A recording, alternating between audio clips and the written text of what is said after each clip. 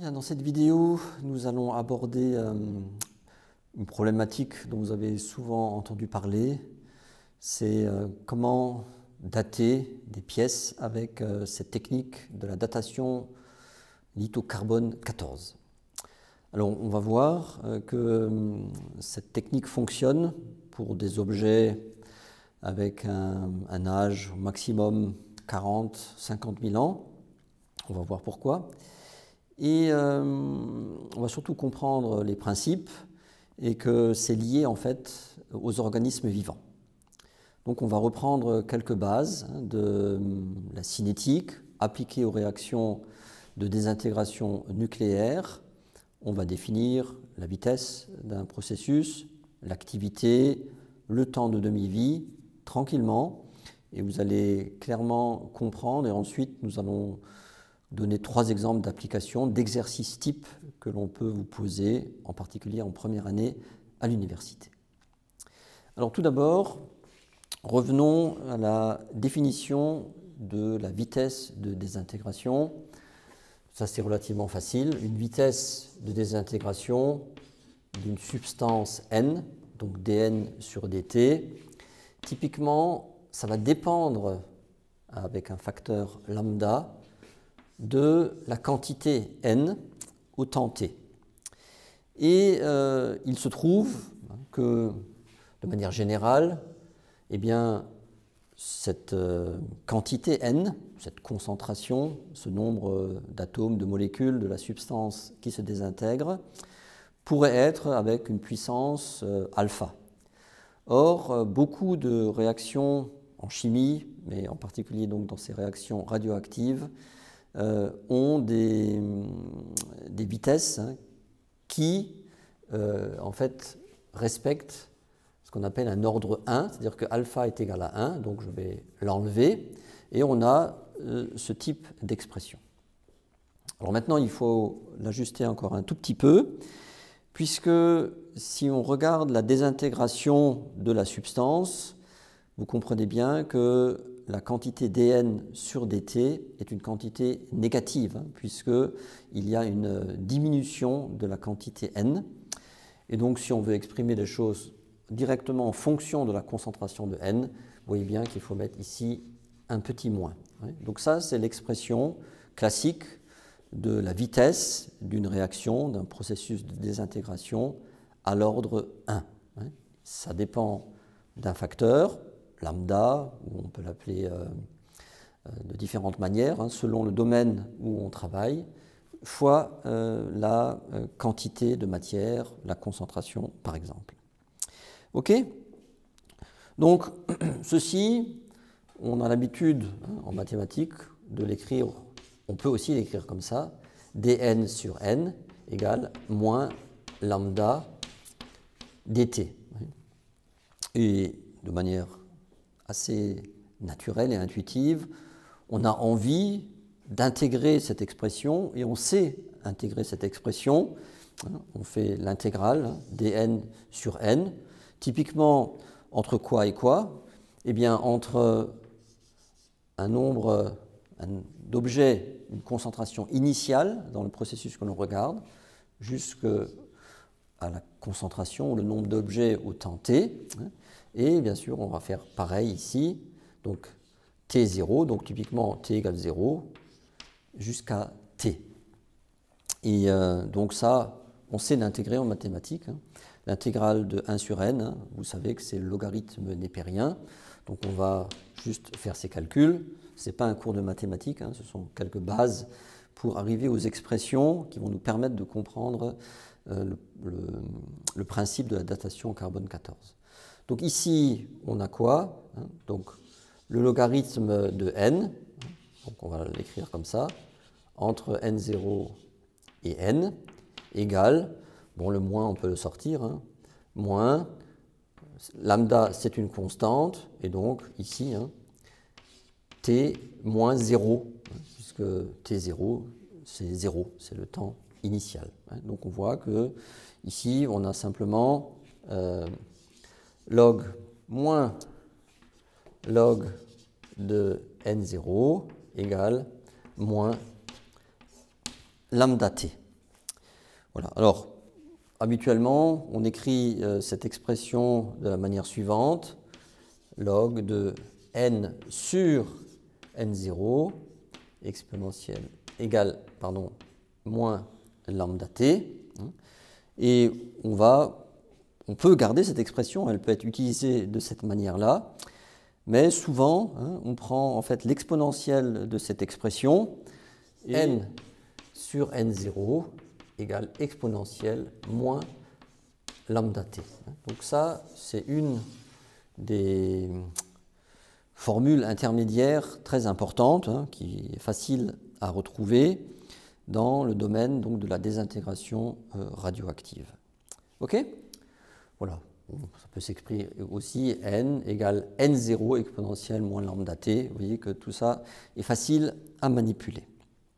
Alors qu'est-ce que c'est le temps de demi-vie et qu'est-ce que c'est l'activité?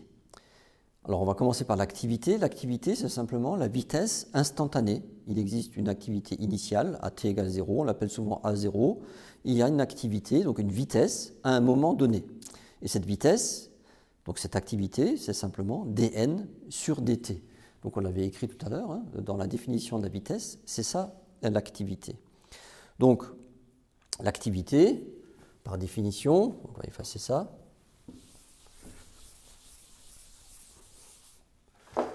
L'activité, ici, c'est quoi? Donc A, c'est égal à moins dn sur dt. Toujours pareil, l'activité est une grandeur positive, donc je mets un petit moins, puisque cette grandeur est négative. Okay? Donc là, on a bien une grandeur qui est supérieure à 0, c'est ce qu'on veut. Et donc l'activité initiale, c'est moins dn0 sur dt, et c'est toujours bien évidemment une grandeur qui est positive. Ok?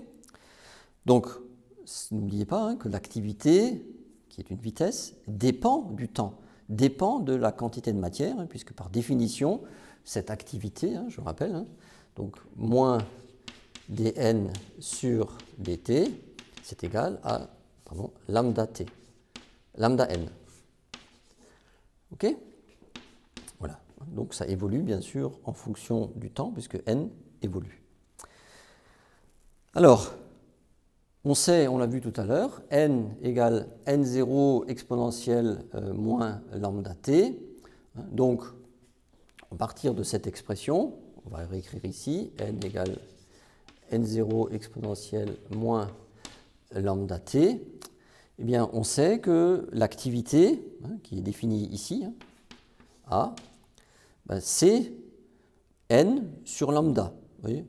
Donc en fait, ici, vous voyez bien que ceci est équivalent à A égale A0 exponentielle moins lambda t, puisque A est directement proportionnel à n.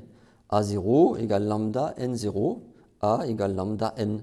Donc je divise tout par lambda, et donc vous voyez que cette expression, qui est une des bases de nos petits calculs, peut aussi s'écrire à partir des activités. L'activité au temps t, c'est l'activité initiale exponentielle moins lambda t. Voilà, donc ça c'est facile à comprendre. Maintenant, l'autre grandeur que l'on définit dans ce domaine, que vous avez sûrement déjà vu, on en parle même dans le grand public, c'est bien sûr le temps de demi-vie.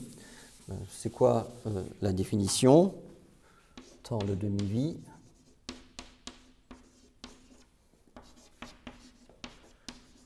Eh bien, c'est quand n égale n0 sur 2. Ça veut dire qu'il ne reste plus, après ce temps de demi-vie, que la moitié des noyaux initiaux. On va simplement, dans l'expression, on va refaire les calculs, tranquillement. Vous écrivez n égale n0 exponentielle moins lambda t, et vous remplacez n par n0 sur 2.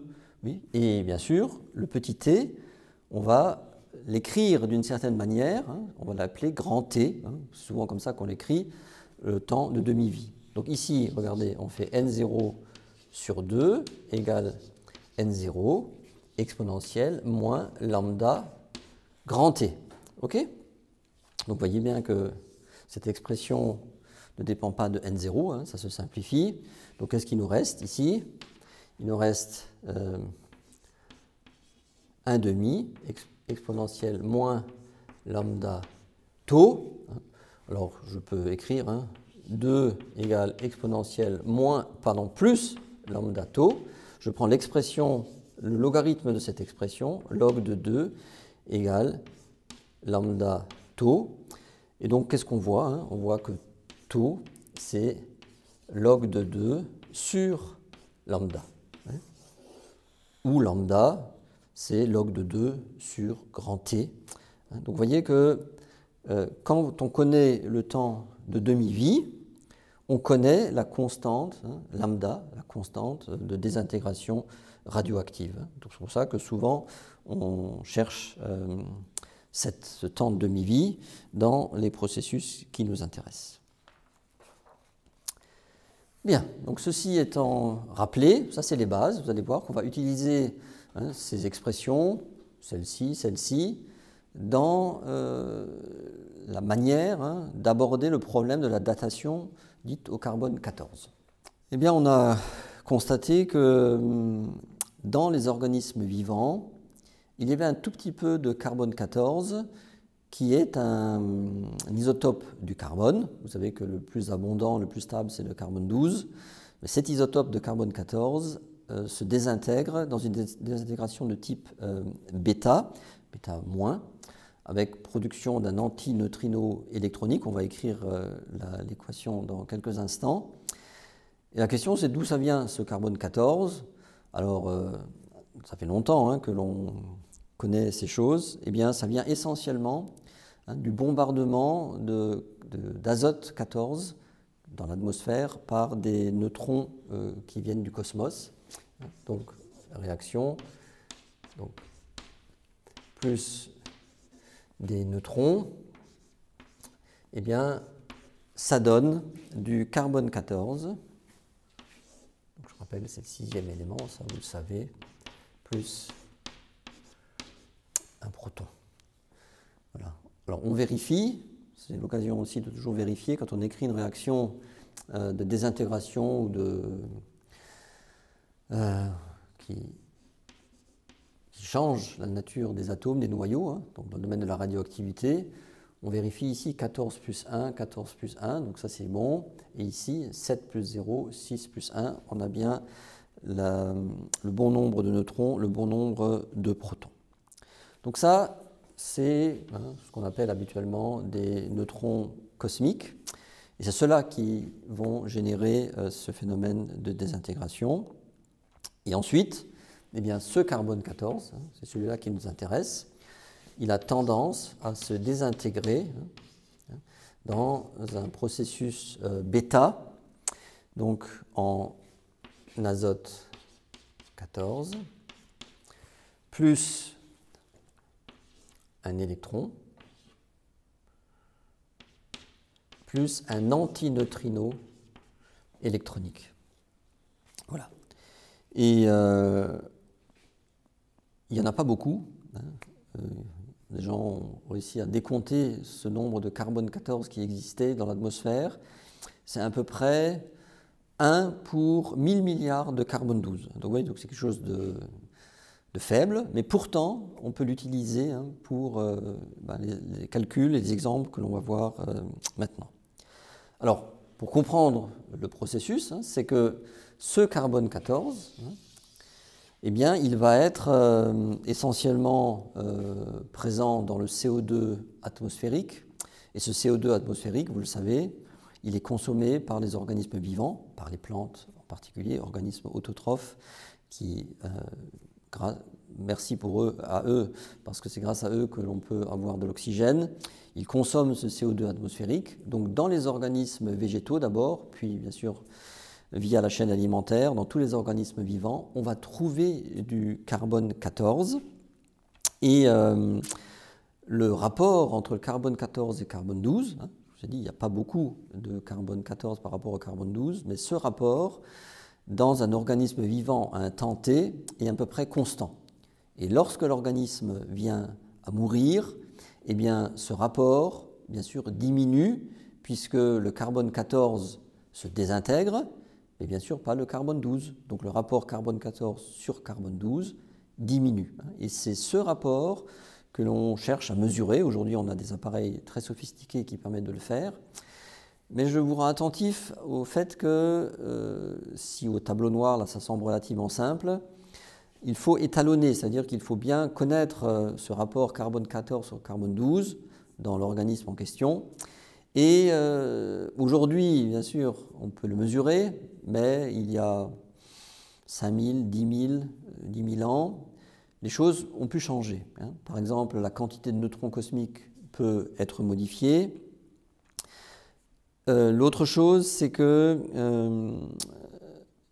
on n'est pas sûr, selon le type d'échantillon, selon le type de végétaux, de la quantité de CO2 qui est absorbée. Donc c'est pour ça qu'il faut faire des étalonnages très précis avec des systèmes, des plantes qui ressemblent au maximum à ceux qu'on est en train de regarder.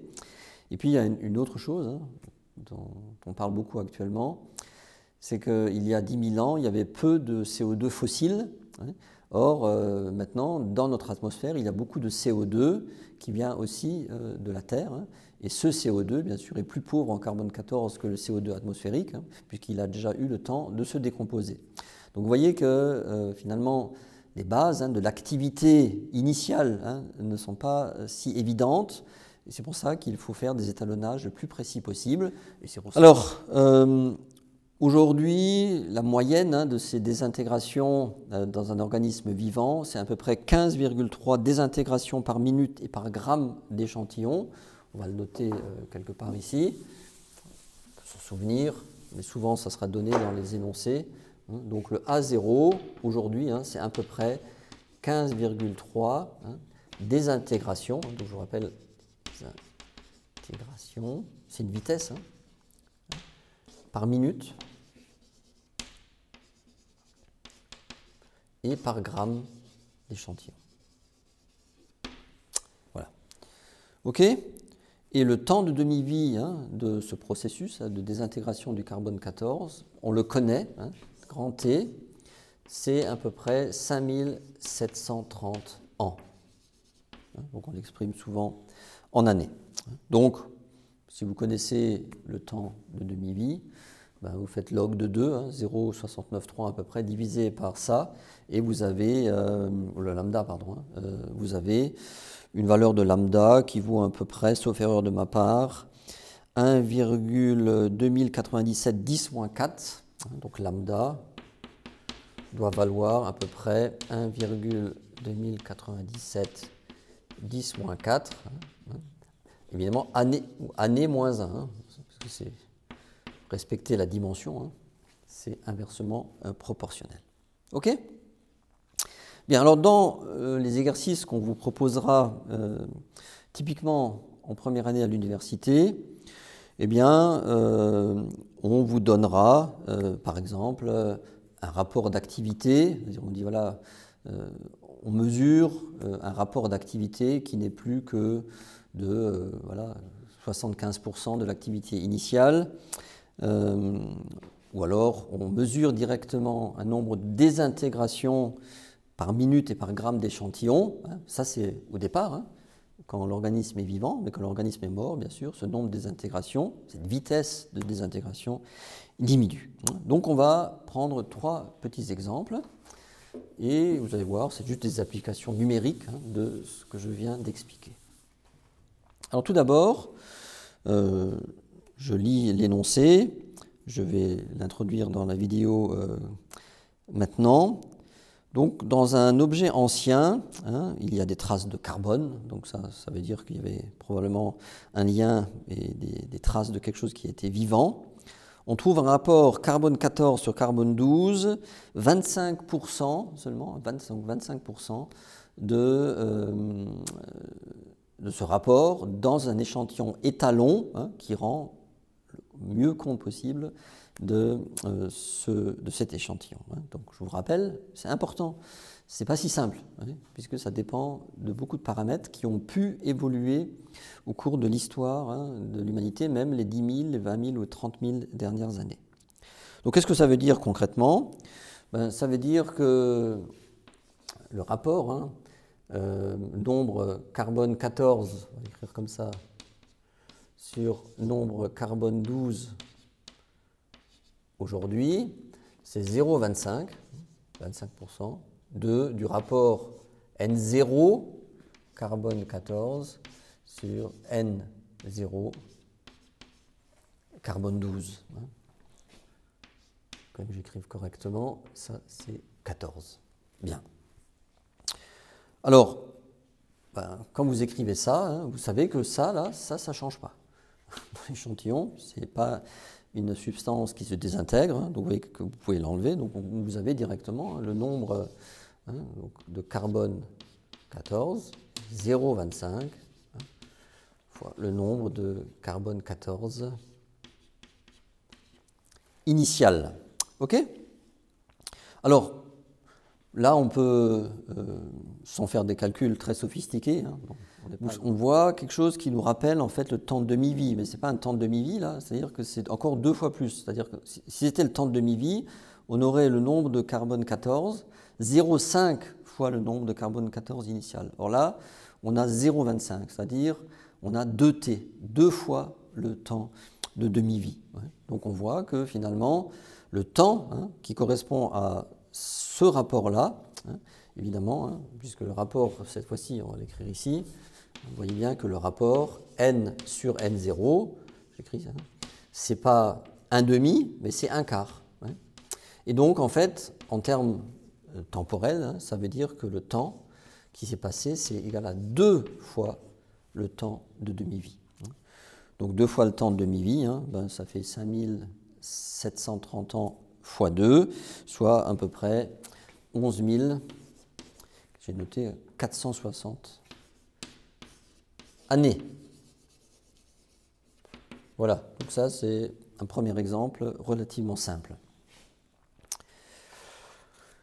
Deuxième exemple, on analyse un charbon de bois relativement ancien, et on a été capable de mesurer le nombre de désintégrations par seconde du carbone 14 dans cet échantillon, et on trouve 9,65 désintégrations par minute et par gramme d'échantillon. Deuxième exemple, je vais écrire maintenant l'énoncé, donc on le voit. Donc ici, on utilise ce formalisme, on va utiliser cette formule, on sait que l'activité, c'est l'activité initiale exponentielle moins lambda t. Je vous rappelle que puisqu'on mesure du carbone 14, ça on le connaît, on l'a donné tout à l'heure, la valeur 1,209710-4 par année.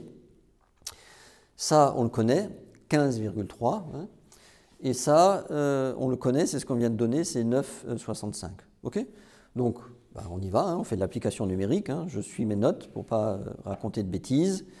Donc, A sur A0, c'est l'activité qui est donnée dans l'énoncé, 9,65 divisé par 15,3. Et ça, c'est exponentiel, moins lambda, je vous rappelle, on le connaît, t, c'est ce qu'on cherche. Okay, donc voilà, vous faites le logarithme de cette expression. Donc le logarithme de 9,65 sur 15,3 égale moins lambda t. On divise tout par moins lambda et on trouve un temps de 3811 ans. Voilà, simplement ici. OK ? Bien. Voilà, deuxième exemple. Et troisième exemple, on va effacer. Et pendant ce temps, on écrit donc l'énoncé, ce petit exercice. Un crâne retrouvé dans les vestiges d'une hypothétique cité grecque.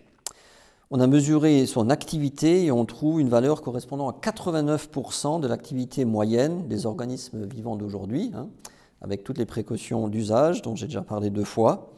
Donc 89%, hein, qu'est-ce que ça veut dire hein, de l'activité initiale? Ben, ça veut dire que A sur A0, ben, c'est 0,89. Ok, pardon, 0,89. 89% de l'activité initiale. Donc si vous connaissez ce rapport, hein, c'est le même calcul que tout à l'heure. Eh bien, à partir de l'expression A sur A0 égale exponentielle moins lambda t, on connaît tout, c'est 0,89. Eh bien, vous prenez le logarithme de cette expression et vous allez trouver pour le temps 964 ans.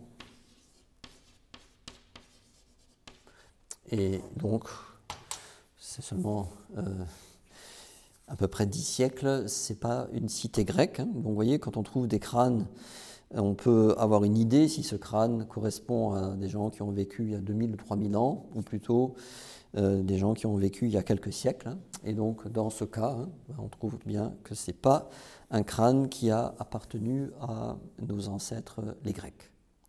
Donc voilà une première approche hein, pour cette manière hein, de dater des objets, hein, des pièces archéologiques. Hein. Mais n'oubliez pas, ce qui est important, c'est de retrouver dans ces pièces des traces de quelque chose qui était vivant. Et ce que l'on mesure dans la datation au carbone 14, hein, c'est bien sûr le temps depuis lequel l'organisme est mort dans cet objet. Hein. Donc vous voyez qu'il faut bien sûr, ce n'est pas précis à l'année près, hein, donc il y a une erreur hein, de quelques dizaines d'années, voire quelques centaines d'années quand les pièces sont très anciennes.